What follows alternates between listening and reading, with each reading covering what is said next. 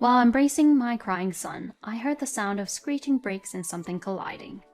Immediately after, I heard my mother-in-law's voice. "Oh dear, I didn't see them." She probably didn't check on the person she hit. She said it with a half smile. Ignoring her, I continued to embrace my son and rush towards the fallen person. "My husband is in trouble. Please call an ambulance." "Huh? What? Why are you there? And then who did I hit?" My mother-in-law turned pale as she quickly realized her mistake. My name is Emma, 25 years old. I lost my parents at a young age and grew up in a facility. It's a common story. At first, I was quiet and withdrawn, but by the time I left the facility, I had become an optimistic person after meeting someone that was like an older brother figure. After graduating from high school, I aimed to become a full-time employee while working part-time at a restaurant. And due to the labor shortage, and with my hard work recognized, I was able to become a full-time employee within a year. Despite long working hours, I enjoyed my job. Then, my husband Liam joined the company as a junior colleague. Liam had switched careers from another industry, so I was unsure how to interact with him as a senior colleague. He sensed that and listened attentively to me, expressing his gratitude.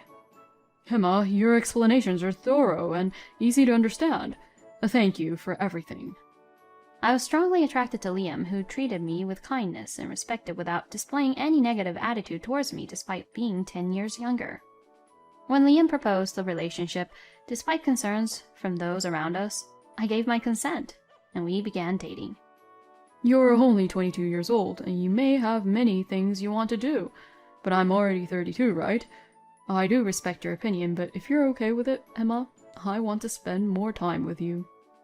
I immediately accepted Liam's marriage proposal, as he even showed concern for me during the proposal. Above all, having lost my family at a young age, I had a strong longing for a family. I wanted to create a happy home together with him. That's what I had in mind. However, I grew up in an institution. As a result, I have faced various hardships because of it. Liam's parents divorced when he was young. Since then, it seems he has had no contact with his father. As a result, Liam's mother raised him single-handedly. I was very worried that Liam's mother, who had lived with him as a single mother, would object to his marriage to someone like me, who had grown up in an institution. "Oh my, you're such an adorable young lady. Your eyes are so round and your skin is beautiful." "I'm Emma." "I've heard about you from Liam. He mentioned that you grew up in an institution." "Ah, yes." I instinctively tensed up. I thought it was going to be a failure after all. "Oh no, don't make that face. It's all right, it's all right. It's perfect." "Huh? It's perfect?"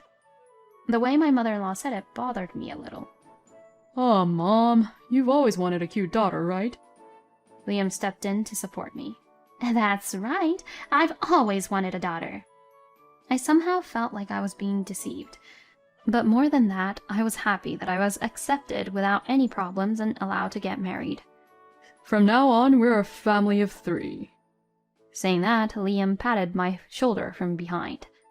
"Yes, that's right. Emma, when are you moving here?"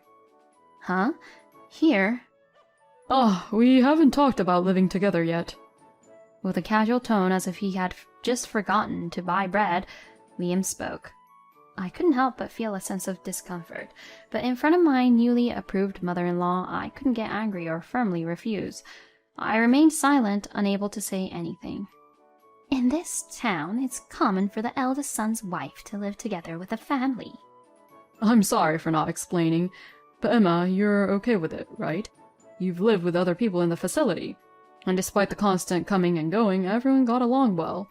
You even took care of everyone, right?" "Well, but, Huh? Don't you like it? Don't you want to get married? You want to become part of my family, don't you?" Faced with Liam speaking in a slightly intimidating tone, I couldn't refuse. And so we began our cohabitation after getting married. At first, things were going well, and I collaborated with my mother-in-law and Liam in doing household chores, managing to balance family and work successfully. However, after 6 months, both my mother-in-law's and Liam's attitudes started to change. Haven't you had a baby yet? You're so young, it's a shame you can't conceive. What do you mean? Mom, stop it. I'm eating right now. You can talk about that stuff when I'm not around. Liam uttered in a deeply annoyed tone. Liam said it not to defend me, but because he doesn't want complaints about his wife in front of him, as it would ruin his appetite. You too. Honestly, even though you look decent, your housework and salary are just average, and now you can't even have children. What's the point of getting a wife? And did you choose properly? No parents, a lonely young woman. Her housekeeping is decent, and she hasn't been with any other men. She's clean, and her appearance is decent. She meets all the conditions you mentioned, doesn't she? I wish they would have such discussions, at least, when I'm not around. Is it just because I'm young and selfish that I feel this way? Do other wives endure such things in the world? While thinking about these things, I could only pretend not to hear as I continued doing the dishes. Even though such conversations happen on a daily basis, I still want to create a happy family somehow. Maybe things will change if we have a child. I believe that if I worked harder on housework and improved my salary, things would get better.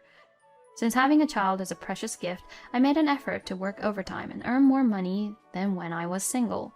I also felt the need to excel in housework, so I would finish cleaning and laundering before work, and when I returned home, I would prepare dinner for the 3 of us and continue with more housework. It's frustrating because my mother-in-law, who probably did the housework before I came, stopped doing it after we started living together and would only complain, leaving me to handle everything. Since you used to take care of a large number of people, it shouldn't be a big deal to handle just 3, right? I was made to do all the household chores by myself, even when I came home after working overtime. Liam now works at the head office instead of the field, and he often finishes work on time. However, he rarely helps with household chores. Without defending me against my mother-in-law, Liam would come home and lock himself in his room. Apart from meals, he would put on headphones and play online games, so there was hardly any conversation between us as a married couple. However, my mother-in-law continued to control everything, and on the days when she gave instructions, he would reluctantly come out of his room and spend time in my bedroom. And finally, the day came when I could no longer bear being under complete control. You did it! It's a baby! A baby! My condition worsened, so I went to the hospital for a checkup and discovered that I was pregnant. It had been a year since our marriage, and it was a long-awaited moment. During my pregnancy, my mother-in-law's attitude improved so much that she seemed like a completely different person and became kinder. However, I wanted to continue working, but due to my mother-in-law's actions, I was forced to quit my job. She's supposed to be on her break right now, isn't she? She's not answering the phone. She started calling the store to reach me. Ma'am, sometimes breaks can be rescheduled when she's busy. But she's pregnant, you know. What do you think about that? What if something happens to the baby? My grandchild. What will you do? You're not making her carry heavy objects, are you? During my work, I receive calls like this multiple times a day. The store manager expressed concern for me, but mentioned that it was causing disruption to the tasks of other employees. I apologize for causing any inconvenience. I hate to put it this way, but as far as your mother-in-law goes, are things going well with Liam? The store manager, being a woman, was one of the people who expressed concern when I announced my marriage to Liam. However, despite her genuine worries and advice, I chose to ignore them and got married anyway. I couldn't say such things as our married life isn't going well while being pregnant. After that, my mother-in-law took the lead in household chores, ensuring healthy meals, moderate exercise, and proper sleep. I followed my mother-in-law's instructions and lived a restricted life, managing my weight according to the ideal for a pregnant woman, all the while thinking about the well-being of the baby. And I safely gave birth to a healthy baby boy. He's such a cute little boy. Both Liam and I have curly hair, but this child takes after you, Emma, with smooth and beautiful hair.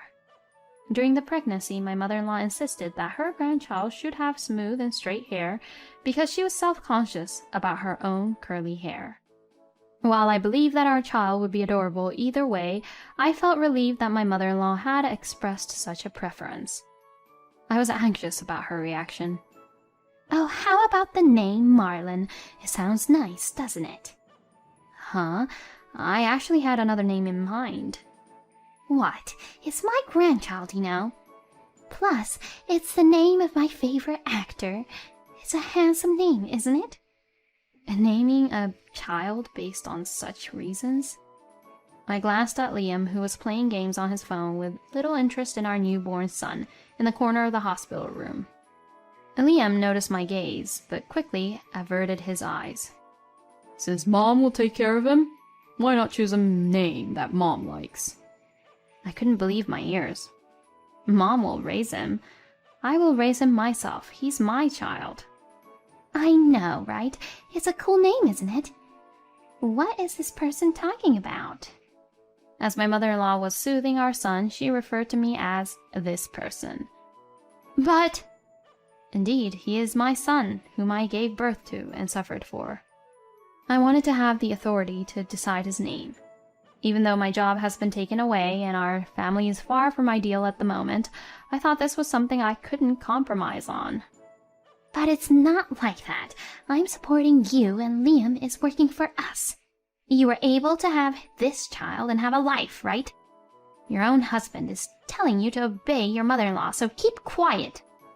In the face of my resistance, my mother-in-law spoke strongly. That's right. Don't cause trouble.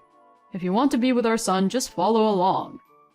In the private room, with only the three of us, being criticized by two people, and faced with the threat that I had to obey if I wanted to stay together, I couldn't resist any further.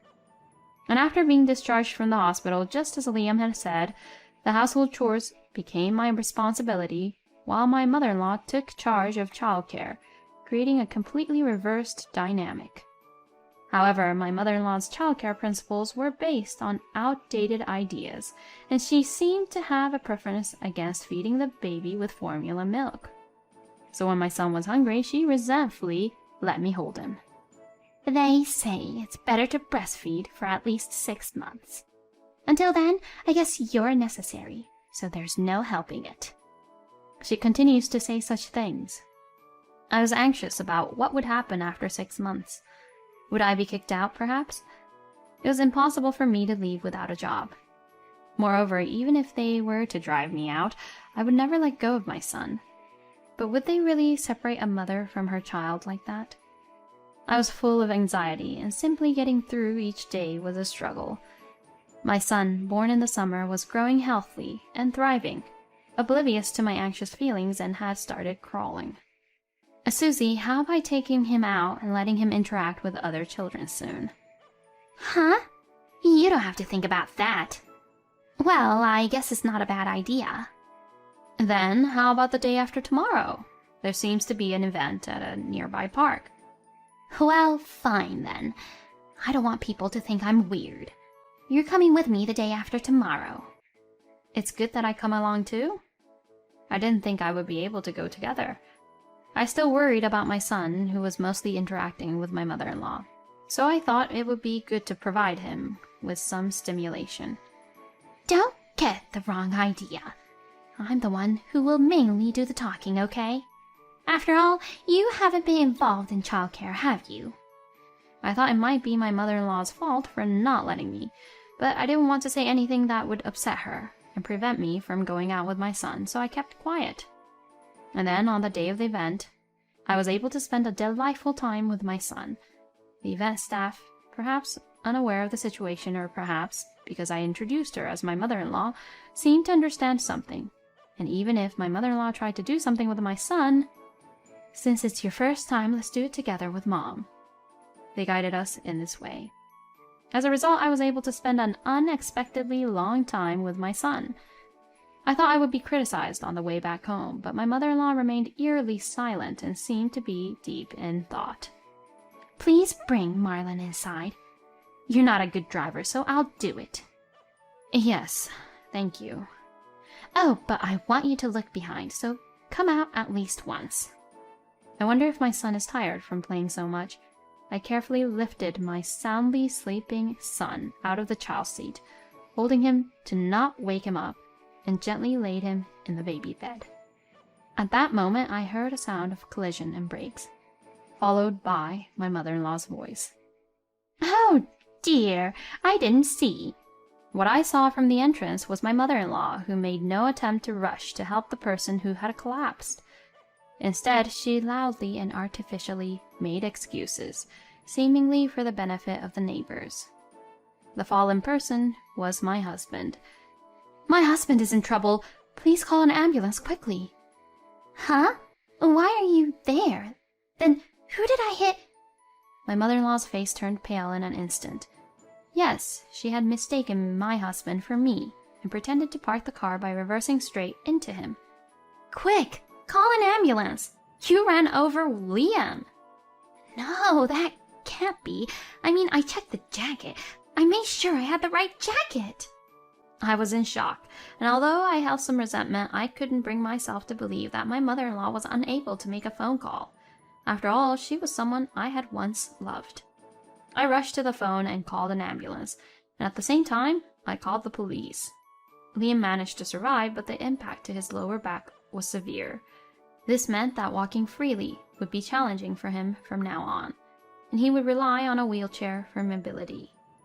Additionally, his shoulders seemed to have taken a significant hit, affecting the functionality of his dominant hand, and his right wrist appeared to have limited movement as well. Let's get a divorce. I never expected my mother to go this far. I'm sorry for dragging you into all the mess between my mother and me. I truly apologize. When Liam woke up, he inquired about his own condition and what had happened to his mother from the doctors and the police. It was as if a weight had been lifted off his shoulders, and he sincerely apologized to me. Instead of just apologizing, I wish you had focused more on me and our son and protected us. I wanted you to make an effort to become a family. I'm sorry for taking away the best time of your life. I don't know what I can do in this condition, but I want to do everything I can. Remember those words. After confirming that Liam's condition has stabilized and obtaining temporary discharge permission, I headed to the prison where my mother-in-law was. It would have been enough to simply divorce Liam, but that alone didn't satisfy me. It's been a while, mother-in-law. I thought there might be words of apology, but that hope vanished in an instant. "It's because of you that I ended up in this place. What about my grandchild? How is Marlon doing? If I leave him in the hands of a useless person like you, Marlon will be ruined." I was astonished by her rotten mindset. However, now, despite her assertiveness, my mother-in-law, who was dressed plainly and without makeup, appeared small. When I came here, I thought maybe there was no need for further blame, but I felt no need to hold back in response to my mother-in-law's attitude. I felt relieved and ready to confront her with the appropriate consequences. No matter how much you try to act tough or belittle me, you're a criminal locked behind bars, and you can't do anything more. I, on the other hand, am free to do whatever I want. What kind of disrespectful talk is that coming from a foolish daughter-in-law like you? I'm not your daughter-in-law anymore. I'm a complete stranger. What? We got divorced. I couldn't bear the attacks from my mother wanting a grandchild, so as a result I forcibly found a woman who met my mother's conditions and made her have a child. Never expected it would come to the point of causing harm. I can't keep up with you anymore either, mother or not. Can't keep up, huh? What about Marlon then? We don't need a daughter-in-law like you anyway. The important thing is our grandchild, and I do care about you, Liam, even if it was a mistake. Yes, that's right. You mistook Liam because he was wearing the sweater that you gave me. On that day, as it had been a long time since I went out, I didn't have any appropriate clothes to wear. After giving birth, I didn't have much time to rest and was constantly active, so I lost weight. My mother-in-law was unusually kind to me. Don't you have anything suitable to wear? It's cold today. I'm not wearing this right now, so I'll lend it to you. And she lent me a branded eye-catching orange sweater. But then, at that moment when I was trying to lay Marlon down on the bed, he suddenly woke up and started crying. I was having trouble separating from my son, So I happened to ask Liam, who was about to go out, saying he was going shopping nearby, to help me guide the car. And since Liam was slightly dressed, I thought he might feel cold while guiding the car. He seemed fine with it, despite being a man, so I lent him the sweater. That's right. I marked it so that I wouldn't hit anyone other than you. But you had to meddle unnecessarily. It's because of you that I'm here. This is a prison. You're currently awaiting trial and the police are listening in from behind. So it was planned, right? Because you gave birth to a grandchild but became useless and keep lingering around. Maybe if you get hospitalized, there will be a period when you're not here, right? Just kicking you out might result in you taking Marlon away, you know? Is that so? So you deliberately stepped on the accelerator thinking it was me. We are getting divorced, so you are a stranger to me. Marlon is also a stranger to you, and you have no visitation rights. Do you even realize where you are? That's exactly what would negatively impact Marlon. I imagine my mother-in-law had a look of frustration, and she began pleading with Liam while crying. Liam, you'll help me, right? Just get me out of here for now. Didn't I already say I can't handle this anymore? I have no intention of helping you. And I don't plan on letting you see your son, or even showing you his picture ever again. No! No! Susie pounded on the partition window of the visitation room and screamed, but we ignored her and left the room. Meanwhile, behind us, the correctional officer's angry shouts echoed, and we could hear someone being taken away, screaming. Liam's face twisted slightly, but I felt a sense of relief. I would no longer be troubled by my mother-in-law. Liam promised to pay both alimony and child support. It seems that his dominant hand can move, but his favorite game requires the use of both hands, so everything he invested in it, including in-app purchases, seems to have been in vain. He says he can never do it again.